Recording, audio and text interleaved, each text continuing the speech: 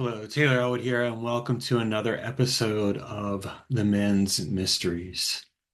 This time around, I am featuring Sarah Ward, who is a sexologist, and we're going to be talking a lot about sexuality as it relates to both men and women.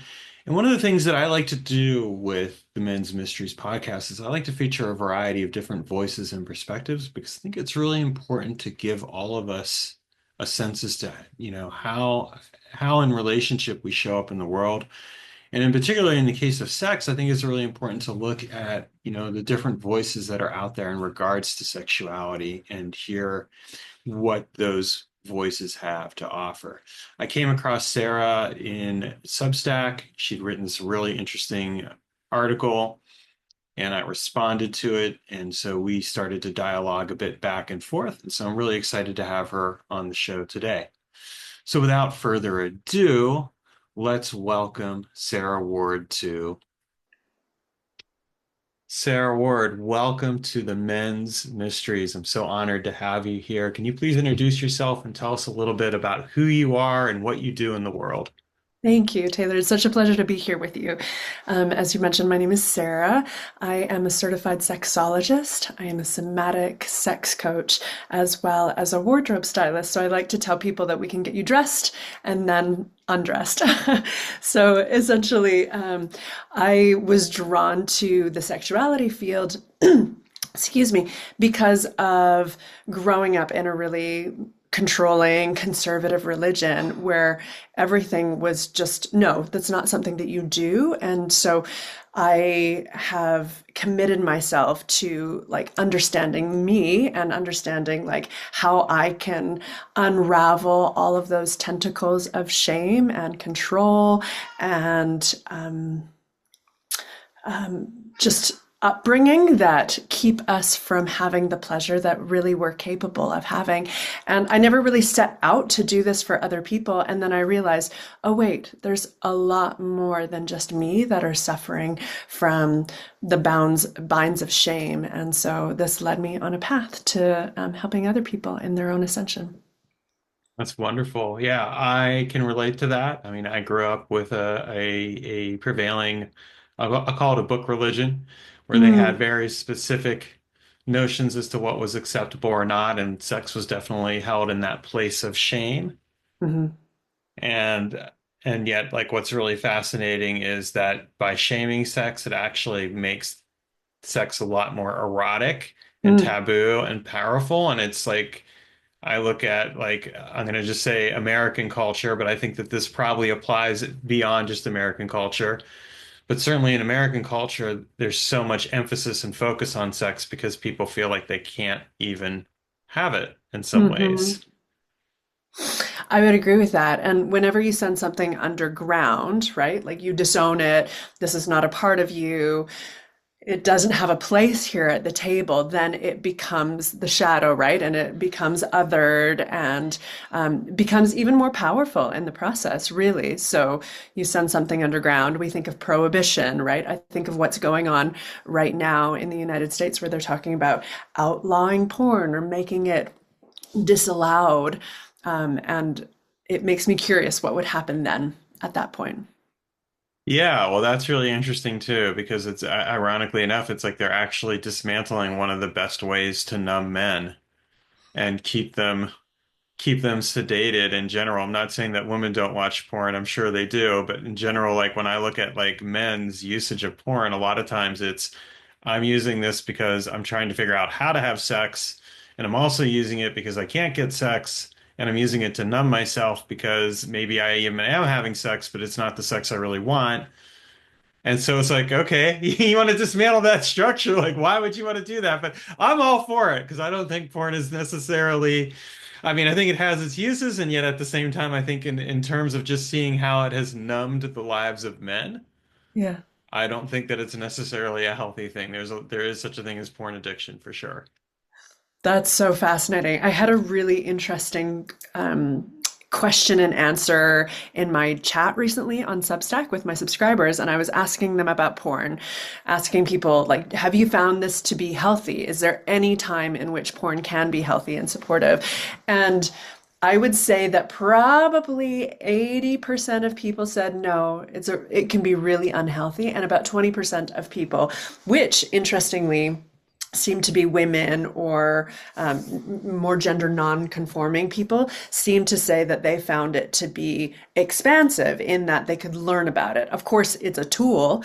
It's not something that is accurate. It's quite like fantastic in the way that it does not have a basis in reality. Like penetrative sex is not something that women generally orgasm through, and yet porn tends to teach us, because it is the most readily accessible sex education tool on the market. It seems to teach men and boys and penis owners, if you will, that that is how sex works. And so it what I heard from my readers and subscribers was when they were able to sort of like divorce that or disentangle the idea of this is accurate and this is how it is, then perhaps there could be more value to it. Value in terms of, oh, well, these are things that I haven't tried before. Or perhaps queer people who said, wow, all I ever saw was straight sex modeled. And so when I could see queer sex, then that really opened up my mind. And then I realized, oh, I'm not just turned on by that. Like that is my orientation. So it's a curious thing. And I'm open as well. I mean, however it's going to land, like let the chips fall. Yeah. Well, I think that it brings up a really interesting point that you just made, which is, I mean, for the most part, at least from what I've seen out there, most of the porn out there is cock-centric. It's focused Mm, on the man, it on is. the man's pleasure. It's focused on, penetrative sex. And it really limits the imagination in a lot of ways. I mean, there is a wide variety of sexual experiences that don't even necessarily have to involve penetration and can be actually really powerful and beautiful. Yes, absolutely. And of course, like once you get into sort of like feminist porn or like paid for, not just going to Pornhub and watching people's clips that they make on their cell phone, but if you're investing in feminist made porn, then it is more of the arc of pleasure. It's more of seeing people in a lovership or people who are, deeply committed to both people's pleasure or all people's pleasure, right? It doesn't have to just be two people that are involved in this context. Then that has the potential to like show more diversity so that it's not, to your point, just so cock-centric. So you mentioned that you're a sexologist and a sex coach. Let's talk a little bit about that because I think a lot of people probably have different ideas as to what that is. So what does it mean to be a sexologist, and how is that the same or different from a sex coach? Are they the same thing? Are they different? Thank you for that question. A sexologist is somebody who studies sex, who researches sex, and they spend their time learning about it and then furthermore teaching it. A sex coach, in my capacity, I'm helping people on an individual basis or working with couples and really going deep into what's happening in their bodies. And so the word somatic, a lot of people aren't familiar with it. Until a few years ago, I wasn't familiar with it either. But soma essentially means body, flesh. And it's the idea of including your body into the healing process. So for many of us, we've gone to therapy. We are really sophisticated in the ways that we can talk about what's going on. We can logic our way in and out of things. We understand what it is that we're going through. But the body really keeps the score. I'm quoting from the Bessel van der Kolk book, Yep. of course, right? But I truly believe that like we are our own written word. Your body has all of the memories and traumas, everything that we have experienced is lodged in our cells and stored somewhere. And so when we involve the body during a somatic healing process, then it is really more deep and profound in a way. So somatic healing really introduced me to my body for the first time. And I remember just being so astonished having the chance to meet my body and go, oh my word, this infrastructure has been here the entire time. And I didn't realize it. I was so programmed, as we are in our culture, to live from the neck up. Like, this is what we prioritize, right? Living from the neck up, logic, mind, thinking, as opposed to like the feeling body. So it feels like the subconscious mind could be in the body and the conscious mind is in the brain, right? A bit of like the feminine masculine dichotomy as well, thinking versus feeling. Well, I mean, and that's what's really interesting because I found like with my own work with men, one of the questions that I end up asking isn't what are you feeling, it's what are you experiencing? Because Uh, if I talk about feelings, I'm at that point they go into their head because they're starting mm, to think about their feelings. They're not necessarily actually feeling them. But if I ask them what they're experiencing, at that point it goes into their body awareness. That's somatic. And so it's like, oh, well, what am I experiencing? I'm experiencing tension. All right, let's unpack that. Let's explore that. And that's when we're able to get into the emotions and the feelings. It's not that they can't feel, they can. It's just that they've mhm. been so conditioned to be up here. I mean, in general, we have been. Yes. I love that invitation into the experience and that somehow is able to circumvent the thought process. Yeah, I think it's really important. And I think as it relates to sex, that's one of the things that really fascinates me because when I consider a sexual experience, one of the things that really stood out to me is I was reading a book. It was called The Man's Guide to Woman. It was by the Gottman or Mm, Mr. Gottman, but it was interesting because he made this statement that like woman, like the entire body for a woman is basically an erogenous zone. And then he was talking about a man's erogenous zone and he limited it to the penis. And I'm like, that's not my experience. yeah. My body is just as much an erogenous zone as what he's talking Mm. about. And I thought it was an interesting distinction there that was kind of lost. Like it was, in one sense, it was also objectifying and othering, the feminine body or female identified body because it was like, okay, well, that's where all the pleasure is. Yeah, you bring up so many fascinating things here, and I'd love to pull on a couple of threads. So, Please. yeah. One thing being that in our culture, we have this idea of what sex is, and really it comes down to nakedness and genitals and orgasms, and it's very centered on penetration. It's very centered on, the cock, the pussy, breast, right? Like this type of thing.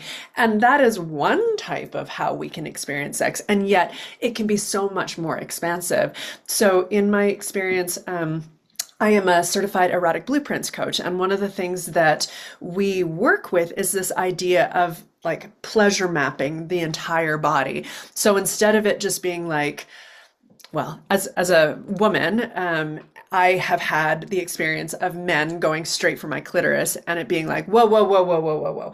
I'm not ready for that. My body is not turned on. And that can lead to shutdown, right? That can lead to just kind of like disembodied experiences, which is not what we're going for during sex, right? So this idea of what the Gottmans are talking about, I like it. And also it doesn't just have to be that women experience it this way. I would say all bodies experience it this way. Let's be more inclusive with this language. To your point, because you, Taylor, as a man, are very familiar with all of the pleasures that your body is capable of. And maybe not all men are. So it feels like a generalization, but those generalizations don't help.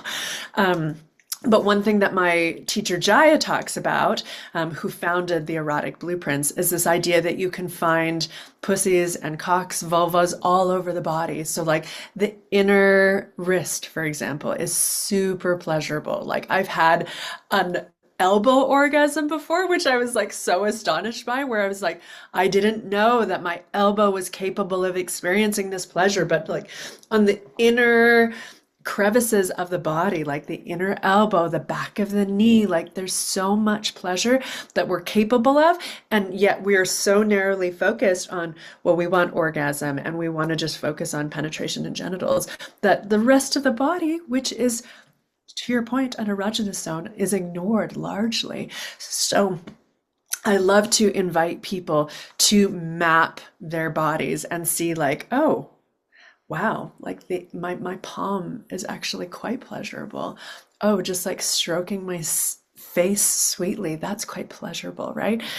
When somebody strokes my hair, that is indeed pleasurable. And none of that has anything to do with what's between my legs. Well, and this is something that this is advice that I think men need to hear more, which is to go slow. Yeah. So can we talk a little bit about that? Because I mean, this is a great example where you're like, well, yeah, the guy just is going diving right for my clitoris. Like, okay, like, whoa, wait a minute. What about let's go slow here. Let's experience the sensual experience. Let's be open to that. So can we talk a bit more about that? Yeah, absolutely. So, and this is something that it's interesting because I'm a wholehearted believer in just the arc of foreplay. And Esther Perel talks a lot about how foreplay begins as soon as sex ends the last time, right? So the whole arc, whether that's 2 days, 2 hours, 2 months, however long it is between the last time that you had sex with your lover and the next time that you have sex, all of that is time for there to be that sexual tension that builds, right? And that can happen in a lot of ways. It doesn't have to happen in sexual ways. It could certainly happen by sexting and like erotic kind of interludes, but that could also happen through sweetness, right? Do they open the door for you? Do you open the door for her or them, right? So there's all sorts of goodness that if we think about it as like deposits into our relationship or erotic bank accounts, like all of these things add to, this feeling of abundance, of overflowing, so that when it comes time for a sexual encounter to happen, that people feel safer, they feel connected. And that's one thing that I think women or gender non-conforming people need, is to feel safe. Like safety, I say women and gender nonconforming people, humans in general need safety in order to behave in a sexual context. Let's just be honest, right? So, yes, I see your hand raised. Totally. Thank you. Um, so, safety is the bedrock, right? And I believe that me as in this body, I definitely want to go slower. I growing up in a religion where it was definitely like taboo and hands off to be having sex, I found a lot of creative ways around that. And so I could have extended makeout sessions that went on for hours and hours and hours that involved nothing to do with the genitals. And so in a way, that was a gift for me to be able to explore that earlier on in life while I was like a developing sensual sexual being. And then I also read something interesting recently where a therapist was saying, don't assume that every woman just wants extended foreplay. So I think this comes down to communication, the communication piece, particularly if you're with a new lover or somebody that you haven't yet had sex with. Let's have talks about this. Like, what is pleasurable to you? Do you want more of this? Do you want less of this? Do you want to go faster? Do you want to go slower? And in the moment, we might not be able to have all of this conversation. So the pre-talk can be really useful for us to just explore, like, what turns you on? How does this work for you? Like, what would you like to lead up to a pleasurable, sexy encounter? Yeah, that's wonderful. You know, one of the things that I've kind of sat with is too, it's like we think of sex as it relates to touch or maybe taste. Oh, But what yeah. about sound? The sound of the voice, like and being able to relax and lean into someone's voice. I think that that can be just as evocative and powerful and sweet. Oh, that's so beautiful. Absolutely. And I feel like you're speaking about when I hear you say that, it makes me think of the erotic blueprints frameworks.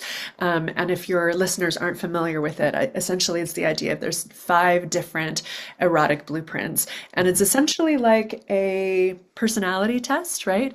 For how you behave erotically, what turns you on, how you get in touch with your erotic landscape. And so the 5 different types are energetic, which is being turned on by the tension in between. It's the moment before the kiss. It's the space between, actually. There's the sensual lover, and the sensual is turned on by having all of their senses ignited: sight, sound, touch, taste, right? What you were talking about just a moment ago.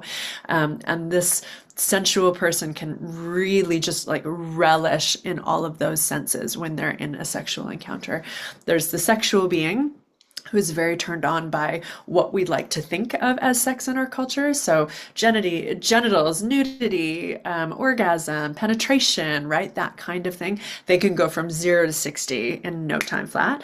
Then there is the kinky person. And kinky doesn't have to just mean whips and chains and bondage, although it certainly can. Kinky is anything that's taboo for you, which might just be having sex more than one time a week, or having sex in a position that's not the missionary position. So kinky is there's a lot of room to explore there. And then the fifth is a shapeshifter, which is essentially an amalgamation of all of them. So they have access to all of the superpowers of the blueprints, and then they'll probably have some of those shadows as well. So I love what you had just said a moment ago about the sound of a lover's voice. It creates this idea of being blindfolded, right? What would happen if your lover was blindfolded and all they had to do was turn on those other senses, of course, of touch as well as of sound? What if you were burning, a beautiful candle? What if you were bringing in Scent. different scents? Yeah. Yeah, yeah. What if you were feeding them things while they were blindfolded and lying naked on a bed? I mean, it just sounds like a beautiful feast in so many ways. So understanding these things about ourselves, understanding these things about our lover or lovers also gives us a chance to like really unpack and design a beautiful erotic experience for our lover in the language that they can receive. Mhm. One of the things you talked about briefly just now was shadow. So, what is it that people can do to be more aware of their sexual shadows? I mean, I think like we could point and say, well, people are repressed in general, but I think that just kind of that ends up being more like blaming than anything else instead of Yeah. actually being helpful. Yeah. Okay. Thank you for that question. Um, Within the framework of the blueprints, each of the blueprints have their own shadows. And so I can kind of go through those as well, which might be like a nice launching point for us. I like how you were saying, well, that's kind of a limiting idea about shadows of there being repression. I certainly was repressed. In our pre-talk before we started recording, it sounded like you had an experience of that too, but not everybody is. One of my good friends grew up with two moms. She was not sexually repressed. She had a lot of sexual liberation around how she was able to move with her body through the world in a sexual context. And that couldn't be more different from how I grew up.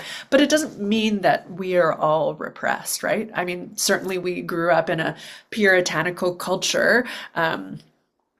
Where sex is something largely that is taboo, but it's not everybody's experience. So in terms of the shadows, I'll just kind of take you through them real quick. One of the energetic shadows for the blueprints is shut down, kind of like what we were talking about before. If an energetic person is touched in their genitals before they're ready, it can just cause them to totally shut down.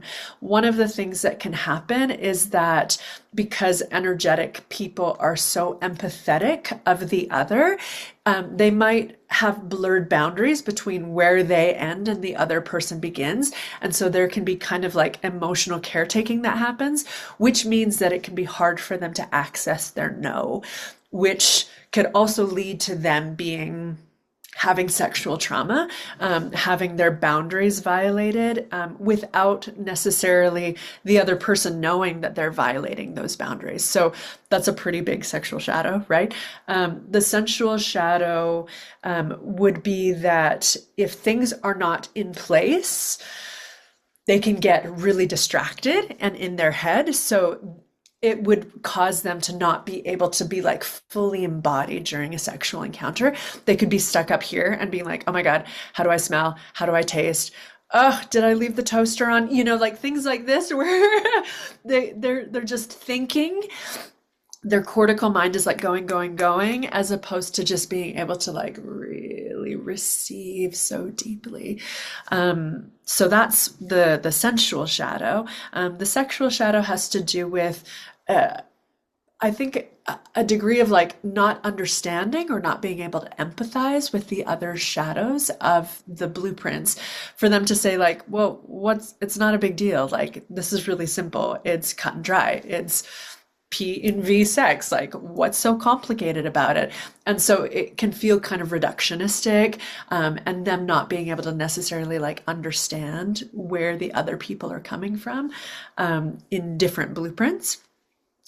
And as far as blueprints are concerned, also as kind of a sidebar, generally speaking, if you are one blueprint, it's very likely that your partner is a different blueprint and that you're kind of like finding a yin and yang type of a fit where they fill in some of the blanks that you have, for example. So it's not unlike it's not uncommon for a sexual to end up with like an energetic and for that to cause some kind of like chaos in their relationship. Um, Back to the shadows, as far as a kinky shadow, shame can be part of that. So, particularly for people that are turned on by things that are uncommon, and fetishes, for example, they can think, oh my God, like, why am I like this? What did somebody do to me? Like, do I have trauma? And that's not necessarily the case. Of course, people who are kinky can have sexual trauma, but they can also just like what they like, and that's okay.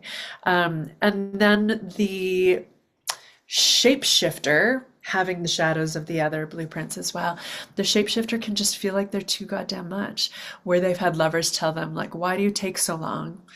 Mm. What's wrong with you? Like, why is it this not simpler? Like, why are you so voracious? Because a shapeshifter can truly just be like, let's go again. Like, I want to keep going for 2 more hours. And a lover could be like, you're just too much for me. And so shapeshifters have this experience of like feeling like they're never actually going to get fed in the world. So I hope that that was kind of helpful. I know that there's certainly other sexual shadows that exist, but I thought that that might be a useful jumping point for us to sort of start with shadow. Yeah, no, I think that's really good. A good place to jump into that. And I mean, I think that's definitely one form of shadow right there. Like, and it's a really important one to acknowledge. I mean, I found myself resonating particularly with the last shadow. I've heard Yeah. that before, so I could get that. I was like, oh, okay. And it's an interesting thing. Like, it's like, well, what do I do about that? Like, like I think that it's also interesting because when I think of shadows sometimes around sexuality, I think of it in terms of like I'll say speak for men here. The shadows that I've seen is sometimes like around performance. Like, can I stay hard Yes. long enough? Yes. Or can I satisfy and please her? And usually it's around penetrative sex without thinking, well, there's actually a lot more out there, buddy. There's a lot more out there that you could do. But I think it's really fascinating. I think for me, one of the experiences that I had, and I'm 48 years old, so for people who are listening to this, though, this will give a little context. One of the experiences that I found really reassuring was when I no longer felt like I had to stay hard the entire time and didn't really even Yes. worry about it because I realized that me worrying about that actually removed me from being fully sexually present Yes. with my partner. Yes. I'm so glad that you spoke to that also, because ultimately, I mean, erections come from blood being in the penis, right? And blood is supposed to flow. Like, once something becomes stagnant, like, that's not healthy either. So it is healthy for there to be a natural ebb and flow of the blood in the penis during a sexual encounter.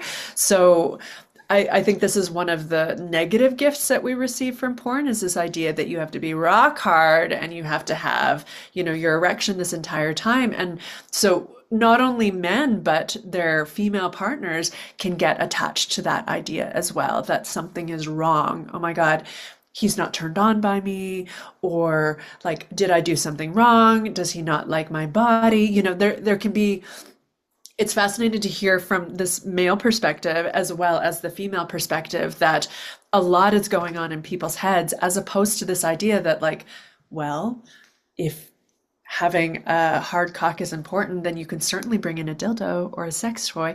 And to your point also, Taylor, that the sex act isn't just P and V penetrative sex. Like there is so much more that we can be exploring. Touch, taste, smell, luxuriating, snuggling, laughing in between. Like it doesn't have to be just penetration the entire time. And if we can get creative and open the aperture somewhat, then I think it like takes the pressure off of everybody. Yeah, there's a real sense of joy that can be found. And actually I chose the word presence early very purposely because Yeah. I think that what I've observed in regards to men is that there is, you know, that they want connection. Well, if I want to be connected with you, what is it that I need to give to you first in order for that connection to occur? Yeah. And that's One thing that, presence. Oh, go, yeah. yes, Oh, but what yes. were you were going to say? I'm sorry. Didn't mean to Well, interrupt and you. you sparked something in me just a moment ago as well that, for men who worry about premature ejaculation, for example, one of the tricks that they've been taught over time has been like, think of killing puppies or think of your grandma dying or, something like that, that is going to, some sort of an unpleasant thought that will prevent you from orgasming, right? Prematurely. And yet, it takes presence right out the window. And I guarantee that the lover that they're with is going to feel that disconnect happen. And so there's just a myriad of other options that are possible. So like, the sprays that you can use that help to like desensitize, and you might not need to use it all over the penis, maybe just like the head, for example, that might be Right. enough, right? But the sprays are better actually um, than the lotions because the lotions can transfer to the vulva or sort of the vagina Hmm. of the partner that they're with and cause numbness, which isn't a pleasant experience for the lover either.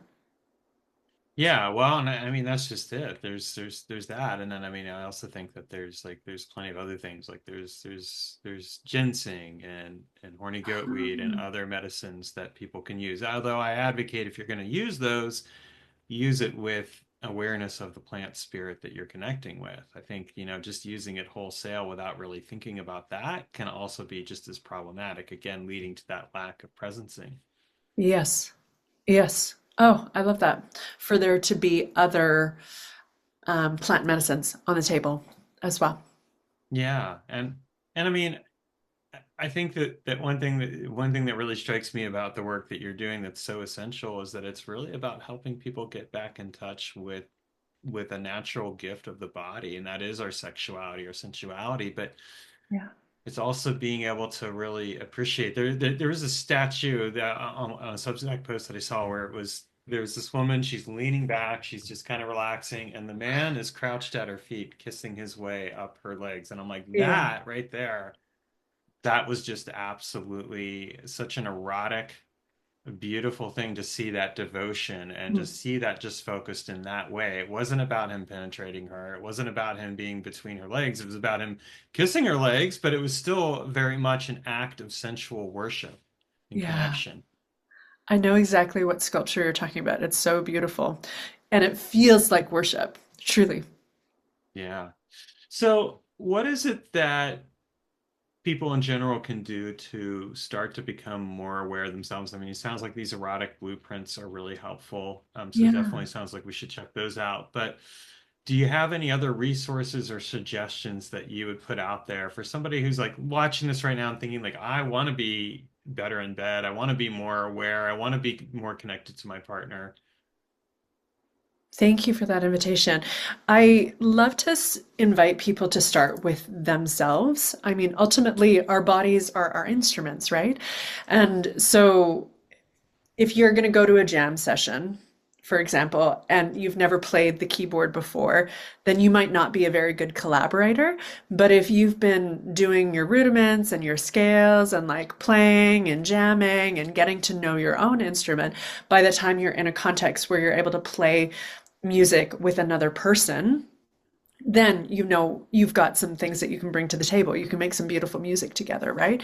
So to carry that into our bodies, I am a huge advocate of having a pleasure practice. And a pleasure practice could also be called masturbation, but I like to call it more like of a mindful masturbation practice instead of it just being like, let's get from zero to orgasm as quickly as possible. The invitation becomes like, how can I feel pleasure? Like, where does it exist in me that I haven't tapped into before? If you're interested in exploring a different type of pleasure, for example, like prostate massage or, anal play, that is a great thing to try solo with yourself. Get a toy, get the appropriate lube, that type of thing, so that you can explore your body. So by the time that you show up to a lover, then you can say, you know what? I actually am not into anal play, which may be the case. Or you can say, I totally love it, and I brought some toys to support. So for you to have an awareness, and I speak to you, the listener as the ubiquitous you, I love this idea of, A, it's a way that we can come to know ourselves. B, it's a way that we can meet our own needs. So perhaps this is a season of drought. Maybe you have listeners that are not in a relationship, or they're not in a sexual context with another being right now. And so having this pleasure practice allows them to be fed, because I think it's an integral part of our healthy functioning. So there's so many things that we can, so many benefits that we can get from it. But really, if you're not seeking out pleasure in healthy ways, we can start to seek out pleasure in unhealthy ways and unhealthy contexts. So it's just a wonderful thing to approach for so many reasons. So I would start there. Yeah, you actually prompted something on my end, and and it's actually the role of communication in sex, because I think one of the challenges that I certainly have observed with men, particularly with quote unquote nice guys, is not being able to speak up for what they want and need, and for having covert contracts. Like an example I'll put out here for people who are listening to this is, I go out and I mow the lawn, I take out the trash, I clean the dishes, and because I've done all that, you're going to have sex with me.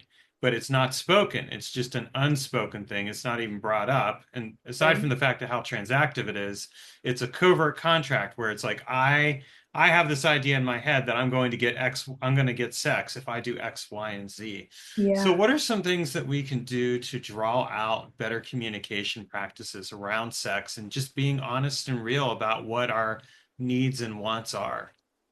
I love that invitation. Thank you for that, Taylor. I love to encourage people to do a yes, no, maybe form together. And so basically, it's like a form that you can print out that has all sorts of different sexual acts or sensual acts as well that people can involve themselves with. And the idea would be to do it yourself and to do that with a partner, and then to be able to say, okay, tomorrow we'll come back and we're going to compare our lists. At that point, it's a great way for you to see what the overlap is. It may be that there are things that your partner is interested in exploring that you have no interest in whatsoever, and that's okay. But the idea of the yes, the no, the maybe is that you can start to see where the yeses overlap. So I would call no's like absolute no's. And then even maybes, I would call no's. It's possible for a maybe to change into a yes, but let's just focus on what the overlap exists for the yes. So, it may be that people are interested in having group sex, or being watched while they're having sex, or maybe trying to have sex in an outdoor place, or something like that. And I'm going for kind of like risky sort of taboo things. This is like my kinky talking here. So just sort of seeing what exists that they want, that you also want. And then that's an opportunity for you to be able to say, cool, when should we do this? How could we do this together? Oh, you want me to eat sushi off of your body? I would love to do that. Shall I order sushi?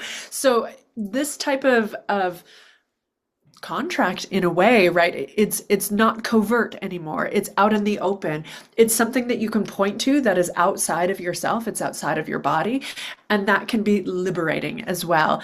And it's maybe a little scary to be seen also in the way of like, actually, yes, I've been having this desire for something taboo or something outside of our regular, maybe vanilla sex that we've been having. And so it's an opportunity for both partners to learn a little bit more about each other. So that may be a way to spark conversation. And just have these discussions in advance. And I love sex conversations, particularly when you're not in the heat of the moment, because at that point you're not really thinking clearly. So these are conversations that can be had in advance.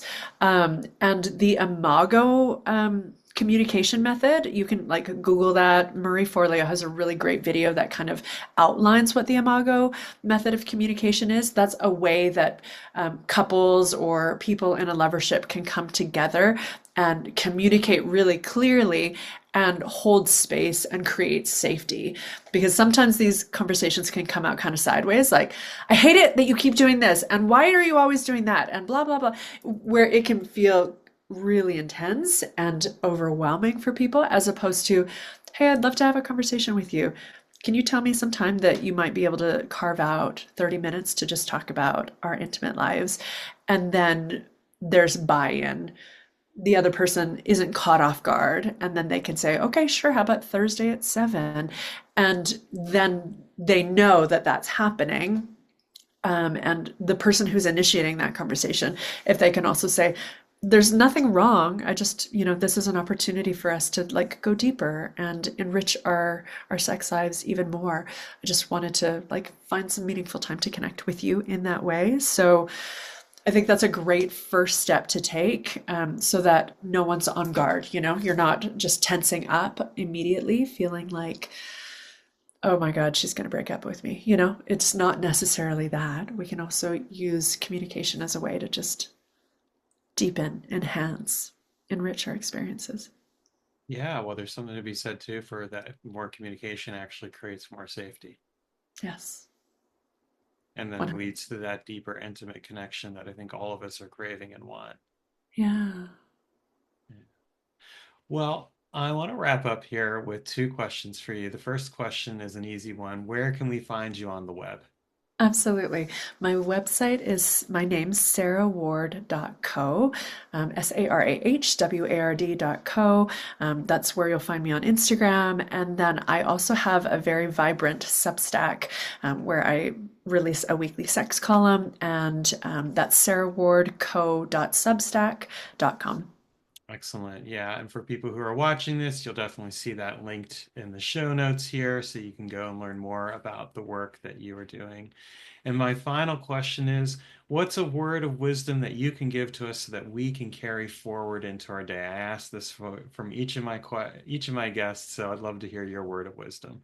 Word of wisdom. When you say that, are you meaning like just one word? You can be a phrase or more, I mean, I've Ooh. had people be a bit more verbose than just a word, but I love to, my last guest said breathe as an example. Yeah, yeah. Okay, I would say pleasure. Pleasure would be my word. And I love the idea of pleasure because it's not so focused on just orgasm. Pleasure is so expansive. Pleasure can be sitting in the sun. Pleasure can be like petting a purring cat. Pleasure can be like letting, a dark chocolate square melt on your tongue. Pleasure can be like receiving a foot massage from a lover. Like there's so many ways that you can give and receive pleasure, and our bodies are literally wired for it. Here's to that. Well, Sarah, I want to thank you for making some time for me today and really appreciate having you on here. And for those of you who are watching this, we will, of course, have more excellent episodes like this from interviewing people who are out there offering work that is essential to just the overall health and wellness of our well-being. So please come back and watch again. The pleasure was mine. Thank you, Taylor. Thank you.